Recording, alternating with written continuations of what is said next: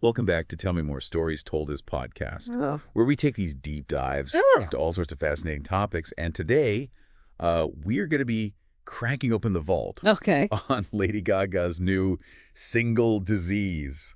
You know, I love a good musical mystery. So we're going to try to dissect the creation of this track, explore its hidden meanings, Right. and see how it's resonating with fans and critics. Yeah. What's super interesting is that Disease actually dropped Yeah. after Gaga took a break from music following the Chromatica Ball tour Right. back in 2022.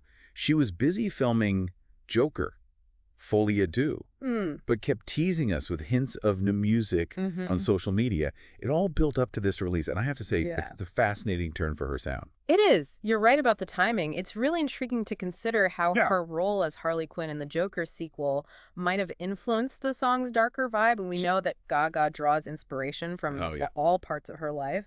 And Harley Quinn is such a complex character, known for her own inner turmoil and those toxic relationships. It's not a stretch to imagine that seeping into Gaga's creative process. Not at all. Yeah. And then there's the production team behind Disease. We've got the legendary Cirkut back in the mix. He's worked on some of Gaga's biggest hits like Bad Romance and Applause. But here's a fun twist. Cirkut wasn't actually the first choice for this project. Oh, really? He was brought in by Andrew Watt, who collaborated with Gaga on her recent Rolling Stones duet. That's so interesting. It just goes to show you the interconnectedness of the music industry. Isn't it? These artists build relationships, and sometimes those connections lead to unexpected collaborations. Absolutely. It reminds us that even solo artists like Lady Gaga rely on a whole network of talent to bring their vision to life. 100%. Yeah. Okay, let's talk about the sound of Disease, because it's not your typical Gaga pop anthem. We're hearing a fusion of electropop, dance pop, synth pop, EDM, and even some rock and industrial influences. It's a lot to unpack, but it somehow works. Don't forget to hit that subscribe button so you don't miss any of our deep dives on Tell Me More Stories Told as podcast. I agree. What's striking is how this blend of genres reflects Gaga's artistic evolution.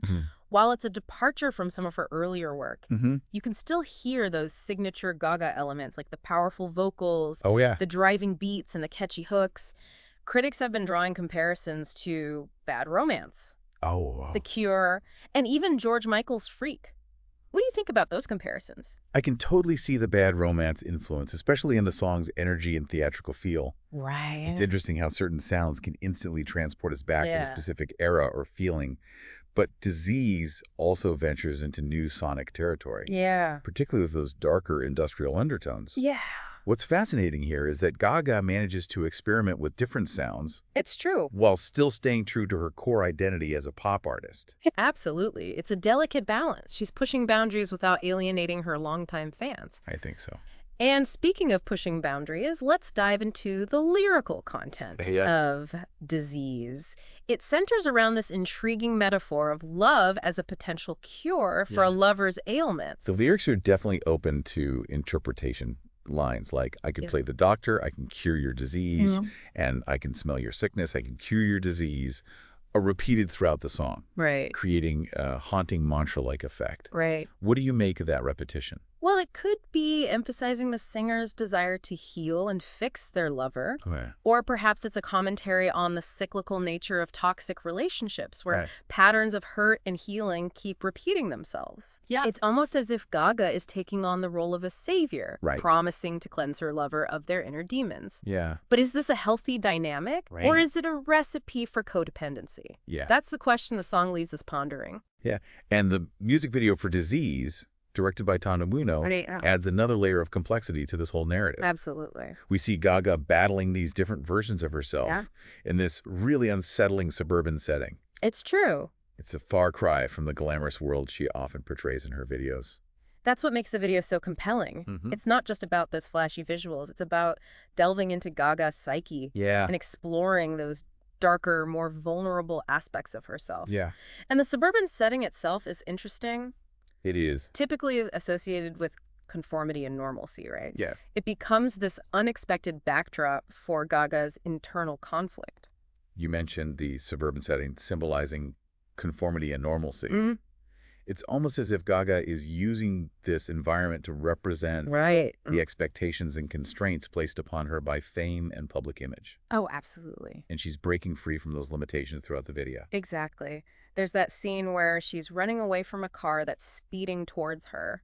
Oh, right. It's such a powerful metaphor for escaping those pressures and expectations that have haunted her throughout her career. Absolutely.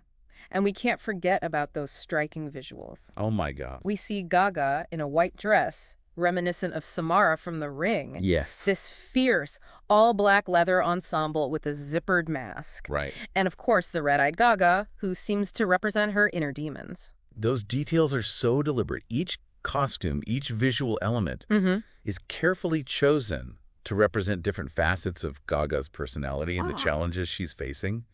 The red eyes in particular are chilling. Yeah. They symbolize the inner darkness that she's confronting head-on. Gaga has even stated that the song and video were inspired by her own experiences with fear and inner darkness. It's true.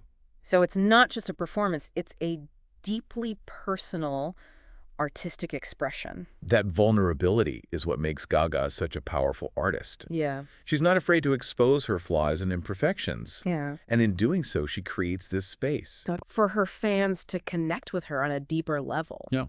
Now let's shift gears and talk about the song's reception. Okay. Critics have generally been positive, praising its return to form pop sound and Gaga's powerful vocals. Of course. But some have also pointed out that the lyrics might be a bit cliché. Well, that's a valid point. Yeah. While the song's overall message is powerful, some of the lyrical choices might feel a bit familiar, especially for longtime Gaga fans. But ultimately, it's up to each listener to decide how the song resonates with them. And speaking of resonance, how has Disease been performing on the charts? Well, It debuted at number 14 on the Billboard Global 200 okay. and number 27 on the U.S. Billboard Hot 100. Right. Which is a solid showing, but not her strongest lead single debut. Right. It's interesting to consider how those numbers reflect the changing music landscape. Yeah. The way we consume music is so different now compared to when Gaga first burst onto the scene. Totally. Streaming services, playlists, and social media have completely transformed the industry. It's true. What constitutes a hit in today's world is a much more complex question than it used to be. Absolutely. But regardless of chart performance, Disease has sparked a lot of conversation. Yes. And that's a testament to Gaga's ability to remain relevant and thought-provoking. And it's not just about staying relevant. It's about using her platform to explore important themes and connect with her fans on a personal level. Speaking of different versions of the song, Disease has actually been released in a few different formats. Oh, cool. We have the original studio version, of course. Right. But there's also the Antidote Live, which is a stripped-down piano version. Oh, wow. And Poison Live, which is a raw electric guitar-driven rendition. It's amazing how the same song can take on such different moods and textures depending on the arrangement and instrumentation. The Antidote Live really highlights the beauty of the melody and lyrics, showcasing Gaga's vocal vulnerability, while the Poison Live unleashes her inner rock goddess with its raw energy. I love that she's giving fans multiple ways to experience the song. You too. It speaks to her versatility as an artist and her desire to push creative boundaries. Yeah. Which version is your personal favorite? That's a tough one. I appreciate them all for different reasons, but I think I'm slightly more drawn to the Poison Live. Oh, yeah? There's a rawness and intensity to it that really grabs me. Yeah. Feels like a cathartic release of emotion. But can totally see that. Yeah. It's definitely the version that gets me moving. Yeah. But beyond the sonic exploration, right. What do you think is the core message of Disease? At its heart, I think the song is about confronting our inner demons. Okay. Our deepest fears and insecurities and finding the strength to heal ourselves. Yeah, it's about acknowledging those parts of ourselves that we maybe try to hide or suppress. Right. And finding a way to embrace them and ultimately heal from them. Exactly. And Gaga's not prescribing like a specific cure. She's leaving it open-ended because the path to healing is different for everyone. Of course. It could be through love therapy, art, or any combination of things. Yeah, it's about finding what works for you. Right. And having the courage to embark on that journey of self-discovery. Absolutely. And I think that's what makes Disease such a powerful and resonant song. It's a reminder that we're not alone in our struggles. Yeah. Everyone has their own inner disease, their own demons to battle, And Gaga's willingness to be open and vulnerable about her own experiences creates a sense of empathy and understanding. Yeah, it's like she's saying, hey, it's okay to not be okay. Right. We all have our darkness, but we also have the power to overcome it. And sometimes all it takes is a powerful song or a striking image or a heartfelt connection to spark that inner transformation. So as we wrap up our deep dive into disease, I want to leave you with this thought. Okay. What would a visual representation of your inner disease and its potential cure look like?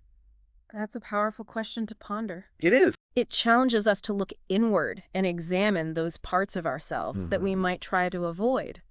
It invites us to explore our own creative outlets and find ways to express our inner struggles and triumphs. Gaga's art often serves as a mirror reflecting back to us. You guys. Our own fears, desires, and vulnerabilities. And in that reflection, we might just find the courage to confront our own diseases and seek out our own cures. So embrace your inner artist, your inner storyteller, your inner healer. Yes. And never be afraid to explore those darker corners of yourself. Yes. Because that's where the real growth and transformation happens. That's all for today's deep dive into Lady Gaga's disease. We hope you enjoyed exploring this multifaceted song with us. I did. And that it sparked some introspection and inspiration. Me too. Until next time. Keep those minds curious, those hearts open. Yeah. Those creative sparks ignited.